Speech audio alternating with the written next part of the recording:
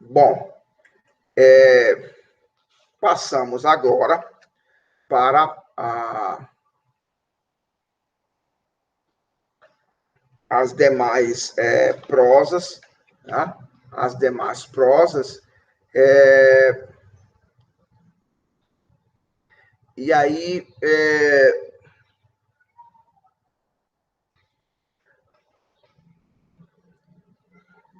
temos que falar, então, temos que falar, então, deixa eu passar aqui o texto para a prosa número 7, para a prova número 7, da felicidade que reside nos prazeres. Deixa eu ajeitar aqui esse texto, deixa eu subir mais um pouquinho, pronto, deixar bem no centro. Então, após esta fala, que tratou da glória, da fama, como uma felicidade transitória, efêmera, a filosofia declama a origem comum de todo o gênero humano por meio da poesia, afirmando o nascimento nobre de todos os seres e a inutilidade de vangloriar-se da linhagem ou dos ancestrais. Então, é uma poesia breve, e depois dessa poesia breve, ela volta para o prazer desenfreado, para verificar se a felicidade se encontra no prazer desenfreado ou não. Tá? Então, seria o deleite corporal ou os prazeres sensuais o local de residência da sensação de felicidade? E aí, o que ele está colocando aí no texto quase numa forma de interrogação logo de início, né, logo na primeira, ali na primeira frase, né, ele pergunta quanta ansiedade, quanto remorso, quanto tormento acompanham a satisfação desses desejos. Quantas doenças e sofrimento, diz aí ele no texto, acompanham uma vida dedicada ao prazer sem freios, tá? Então, como um dos últimos sábios da antiguidade tardia, Boécio indaga que tipo de atrativos ou prazer pode possuir uma satisfação que me traz sofrimento. Antigas paixões que me fizeram sofrer deveriam me deixar protegidos contra qualquer iniciativa de ir buscar nessas paixões, novamente a felicidade. Tá? Paixões me fizeram sofrer. Por que é que eu vou buscar nas paixões novamente a felicidade? Quando estamos falando dessa felicidade puramente física, dessa felicidade puramente animalesca, mais instintiva, nós nunca refletimos sobre uma possível felicidade dos animais, porque associamos esse termo felicidade a uma condição muito superior do que a breve satisfação física que possuem os seres irracionais. Nós não invejamos e nunca afirmamos que queremos a felicidade que os animais possuem, justamente porque não conseguimos enxergar neles aquilo que consideramos felicidade. A única exceção na história da filosofia foi o movimento cínico que teve na figura de Diógenes a adoção do cão como modelo, mas aí dizia respeito a uma outra coisa, a postura do cachorro diante da existência, de que não pensava no dia de amanhã, mas a construção do significado desse não pensar no dia de amanhã, de viver o hoje, é algo racional, tá? Então, nesse sentido, nem os cínicos podem ser colocados como exceção a essa regra que o Boécio está aqui estabelecendo. Mas se a satisfação dos desejos do corpo é sinônimo de felicidade, então por que não consideramos os animais um exemplo de virtude? Seria, então, possível dizer aí na esfera da vida doméstica, seria possível dizer, tal como aqueles piedosos, que seria um prazer, eu posso trabalhar com prazer de uma forma honesta, no sentido da satisfação das paixões corporais no interior de um casamento, e nesse sentido, o prazer pela geração dos filhos parece tornar nobre a satisfação sensual. Mas o Boécio vai pensando que a própria família, especialmente os filhos, independente da índole que eles possuem, se tornam motivos de preocupações e inquietudes. Nesse sentido, talvez o desviar-se desse tipo de proposta ou estilo de vida se constituiria na libertação de infortúnios futuros. Ou seja, mesmo que eu ache muito bacana ter uma família, ter filhos, e achar que nisso reside a felicidade, é bom lembrar que isso é uma fonte de preocupações. Olhem como Boécio está se inserindo naqueles valores que eram caros na antiguidade tardia. Uma autarquia, uma ausência de perturbação na alma. Então, se a vida em família, ele te estabelece situações em que você vai ter preocupações em menor ou maior grau, então, talvez, na vida familiar, na satisfação dos prazeres sensuais dentro de uma perspectiva de uma vida familiar, talvez não seja aí também o local da felicidade. Então, não está no prazer sensual, não está no prazer corporal a felicidade. Avancemos mais ainda, subimos mais um pouco, para a prosa número 8. A filosofia declama de quão temível é a busca pela felicidade mediante o prazer. E nessa poesia, a filosofia associa o prazer sensual a um enxame de abelhas, que uma vez propiciado doce mel, desaparece a doçura e permanece apenas o ferimento de sua picada. É necessário retomarmos o caminho no intuito de encontrar a via para a felicidade. Onde é que ela se encontra, afinal? E aí é isso que ele vai discorrendo nessa prosa de número 8. No tornar-me rico, mas se eu me torno rico, alguém tem que se tornar pobre. No brilho das honrarias, em ser honrado, mas para isso eu tenho que praticamente suplicar às pessoas que podem me conceder a honra, de me dar esse cargo na qual eu me sinto honrado. Então, isso significa que eu devo me sujeitar às pessoas que pretendo suplantar em honra. Tá? Desejo o poder, então devo lembrar do preço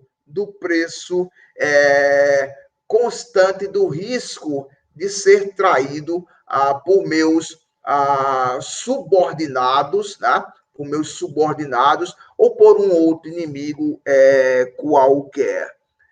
O próprio caminho para a glória é difícil e é cheio de perigos. É uma vida cheia de prazeres sensuais. Isso significa que eu me torno escravo do meu corpo. Mas seria esta a felicidade, a escravidão a uma coisa tão banal e vulnerável como o meu corpo? Por que não estabelecer a felicidade como sinônimo de qualidades físicas? De ter um corpo belo, de ter um corpo perfeito, um corpo forte, um corpo ágil. Teria eu, pergunta Boécio, a capacidade de ultrapassar o porte físico dos elefantes, a força dos touros ou a rapidez dos tigres?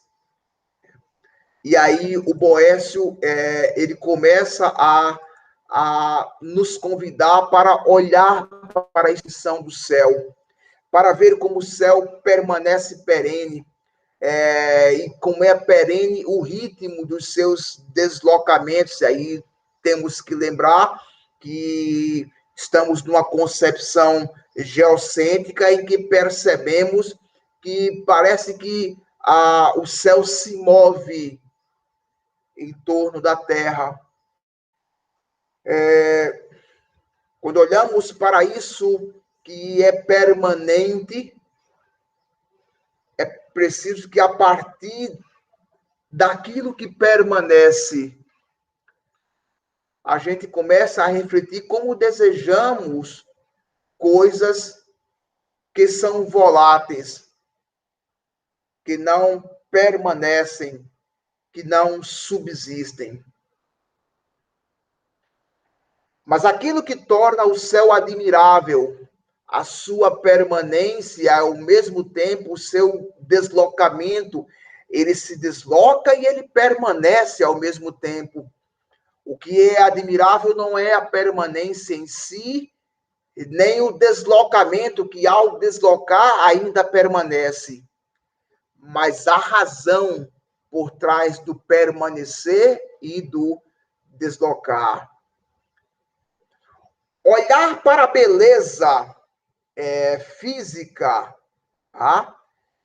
E ver na mesma o objetivo de minhas ações é desconhecer ou esquecer como essa beleza desaparece rapidamente. Quando olhamos o nosso corpo interiormente, nós vamos perceber como ele é medonho. E nós esquecemos que a beleza não é um atributo da natureza, mas é um juízo feito por outros ao nosso respeito. Então, quando se fala que alguém é belo, é outro que diz isso sobre nós. A glória que se tem pela beleza do corpo é efêmero. Basta uma enfermidade de 3 dias para que essa beleza desapareça. Não é nestas coisas que nós buscamos a felicidade. E aí vamos chegando ao final, né? Ao final do centro dessa discussão, tá? Então, a filosofia declama uma poesia acerca da busca dos homens pelas riquezas e honras e o reconhecimento dos verdadeiros bens ao descobrir o vazio daquilo que buscavam. E agora chegou para nós o momento de mostrar oposto às falsas formas da felicidade. Indicar o caminho da verdadeira felicidade. Não existe a independência nas riquezas, nem no poder, no exercício da magistratura, nem no reconhecimento pelo público das funções de honra, nem nas celebridades da glória, nem muito menos no contentamento dos prazeres corpóreos. O grande erro do ser humano consiste, essa discussão que vai avançando no restante da prosa, né, consiste em dividir aquilo que é simples e indivisível por natureza. E por causa disso, transformamos o que é verdadeiro no falso, e aquilo que é perfeito transformamos em imperfeição. Esta divisão do que é simples e indivisível não permite ao sujeito perceber as limitações dos prazeres que ele busca. E como cada prazer que foi descrito anteriormente possui uma limitação que seria diminuído pela qualidade que possui um outro prazer, também esse limitado por algum motivo. Então, não adianta você confrontar um prazer com o outro ou associar um prazer com o outro.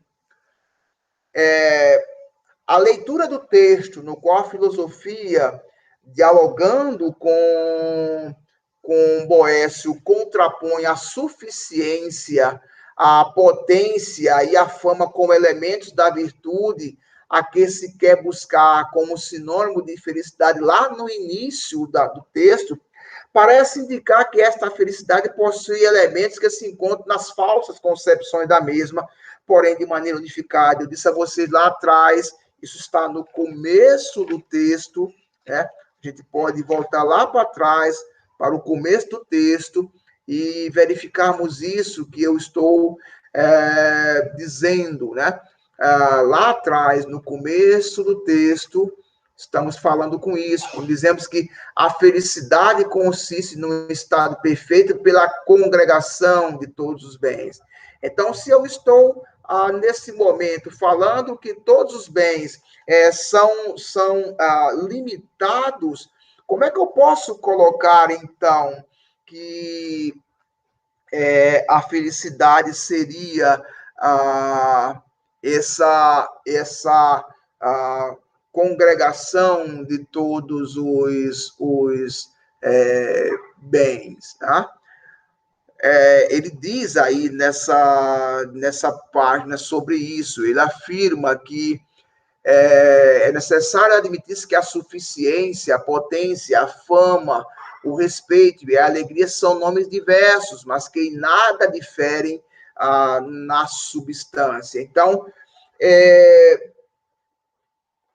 aquilo que é uno, e aí lembrem-se que eu disse lá atrás que o Boécio é um neoplatônico.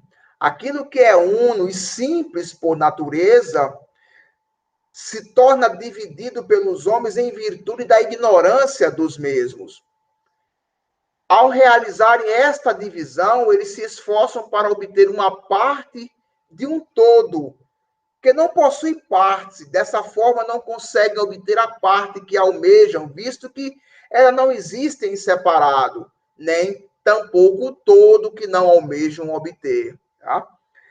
É isso que ele tá colocando no finalzinho dessa página, justamente isso que eu acabei de colocar.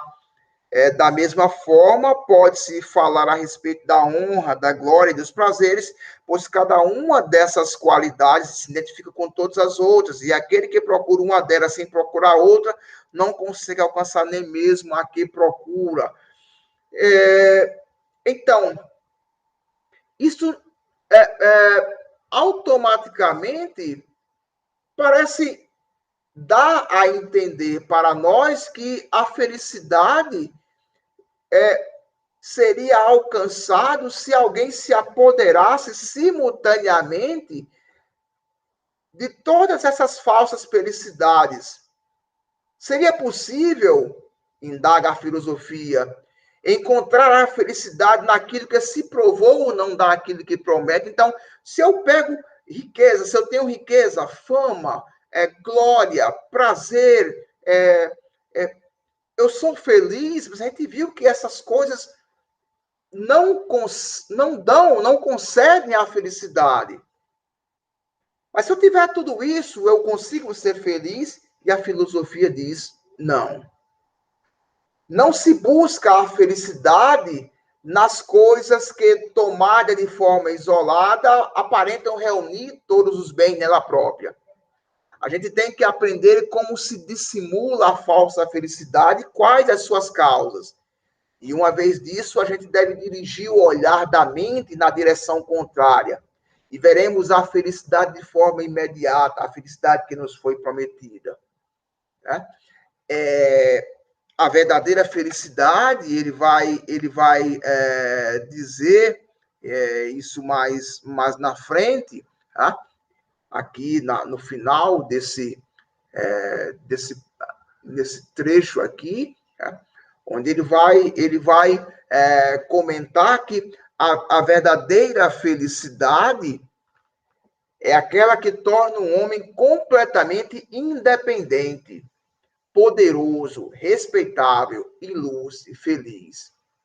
Essas qualificações vêm de um único bem. O caminho para buscar, no entanto, passa necessariamente pela percepção de que não são os bens mortais e perecíveis aqueles capazes de me proporcionar tal estado de felicidade. Esses bens apenas me dão felicidades aparentes ou bens imperfeitos, e não um verdadeiro e perfeito bem. Então é preciso que o sábio saiba distinguir a verdadeira felicidade de suas cópias, suas falsas aparências, e a partir daí encontrar a verdadeira felicidade. E o texto nos diz que isto é um exercício divino, tá? Isto é um exercício divino. E é preciso pedir ajuda à divindade nesta caminhada. Então, felicidade não se encontra naquilo que pode ser tirado, naquilo que é passageiro, naquilo que é perecível. O que era a felicidade, então? A felicidade é aquilo que me torna independente dessas coisas, que me torna poderoso, porque não se pode, de forma alguma, quem quer que seja, retirá-la de mim, que me faz respeitável, que me faz ser ilustre, uma virtude que me antecede e que me faz feliz, porque de nada tenho falta.